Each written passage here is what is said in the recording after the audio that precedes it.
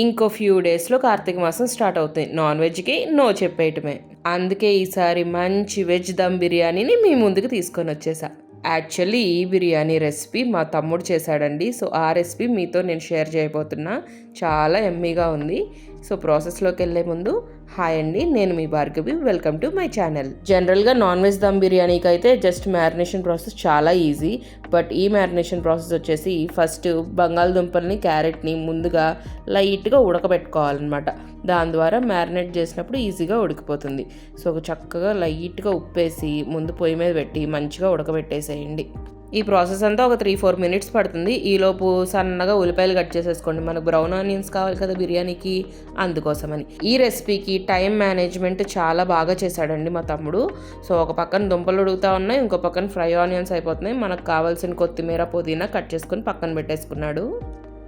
ఈలోపు బంగాళదుంపలు, క్యారెట్ ముక్కలు కూడా లైట్గా ఉడికిపోయినాయి. సో ఏ బాండీతో అయితే మనం బిర్యానీ చేస్తున్నాం ఆ బాండీలోనే వేసేసి దాంట్లోనే కొంచెం పుదీనా, 2 స్పూన్ల వరకు అల్లం వెల్లుల్లి పేస్ట్ కూడా వేసేసిన తర్వాత క్యాప్సికమ్ కూడా చిన్న చిన్న ముక్కలుగా కట్ చేసుకొని ఆ ముక్కల్ని కూడా దీంట్లోకి యాడ్ చేసేసాడు. తర్వాత మన స్పైసీనెస్కి తగ్గట్టు మిరపకాయలను కూడా యాడ్ చేసుకోవాలి. ఈ చిన్న మిరపకాయలు చాలా స్పైసీగా ఉంటాయండి, అందుకని 3 నుంచి 4 వరకు యాడ్ చేశాను. తర్వాత ఒక 1/2 స్పూన్ పసుపు, ఒక 1 స్పూన్ కారం, ఉప్పు కూడా ఒక 1 స్పూన్ వరకు వేసానండి. తర్వాత మ్యారినేట్ చేసి ఉప్పు సరిపోతే మళ్ళీ కొంచెం వేసాను. ఈలోపు ఈ మిక్స్ చేసే లోపల ఆనియన్స్ కూడా మంచిగా ఫ్రై అయిపోయినాయి.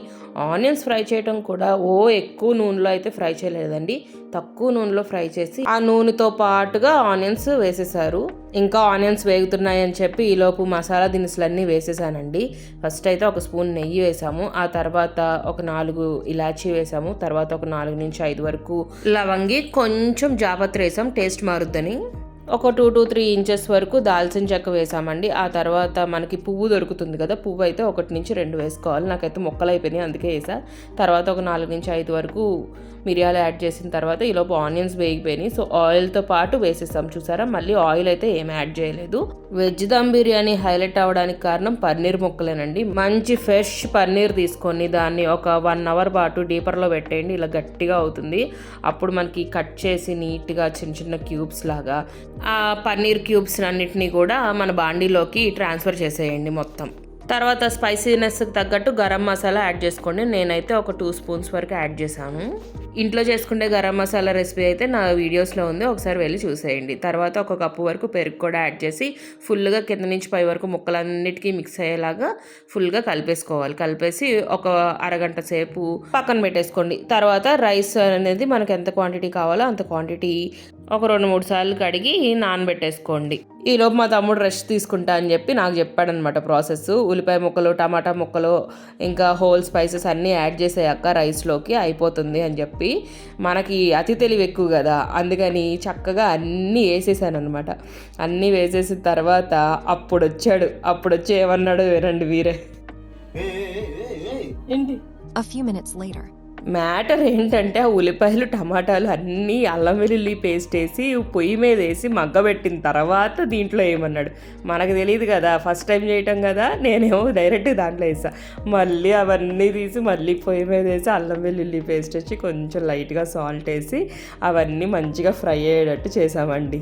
సో యాక్చువల్ ప్రాసెస్ ఏంటంటే ఉల్లిపాయలు, టమాటాలు మంచిగా వేగిపోయిన తర్వాత దాంట్లో హోల్ స్పైసెస్, అల్లం వెల్లుల్లి పేస్ట్, పుదీనా, కొంచెం కొత్తిమీర కూడా వేసి తర్వాత అప్పుడు ఎసరు మరుగుతుంది చూసారా. ఎసరు మరిగేటప్పుడు ఇది ఏదైతే వేపుకున్నామో అది యాడ్ చేయాలన్నమాట. సో మేము రివర్స్లో చేసాం. ఫస్ట్ ఎసరుని వేసేసి దాంట్లోకి ఈ మిశ్రమాన్ని రైస్లోకి కలిపేసి ఆ రైస్ని తీసుకొని వెళ్ళి పొయ్యి మీద పెట్టాం. అది చేసే ఎక్స్పీరియన్స్ లేకపోతే ఇలాంటివి అవుతాయి అన్నమాట.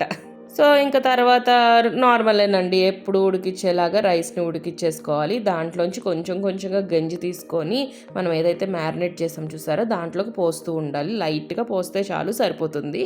రైస్ కూడా చికెన్ దమ్ బిర్యానీ లాగా 70%, 80% ఉడికించుకోని అవసరం లేదండి. ఇది డైరెక్ట్ 90% ఉడికిచ్చేసుకోవచ్చు మనీస్ దమ్ బిర్యానీ లాగా. సో ఆ రెసిపీ కూడా నేను షేర్ చేశాను ఒకసారి వీడియోస్లో, ఒకసారి వెళ్ళి చూసేయండి. మీరు కూడా ఏదైనా రెసిపీ కొత్తగా చేస్తుంటే ఇలాంటి మిస్టేక్స్ చేస్తారా? అలా అయితే ఛానల్ సబ్స్క్రైబ్ చేసుకొని నన్ను సపోర్ట్ చేయడం మాత్రం మర్చిపోవద్దు.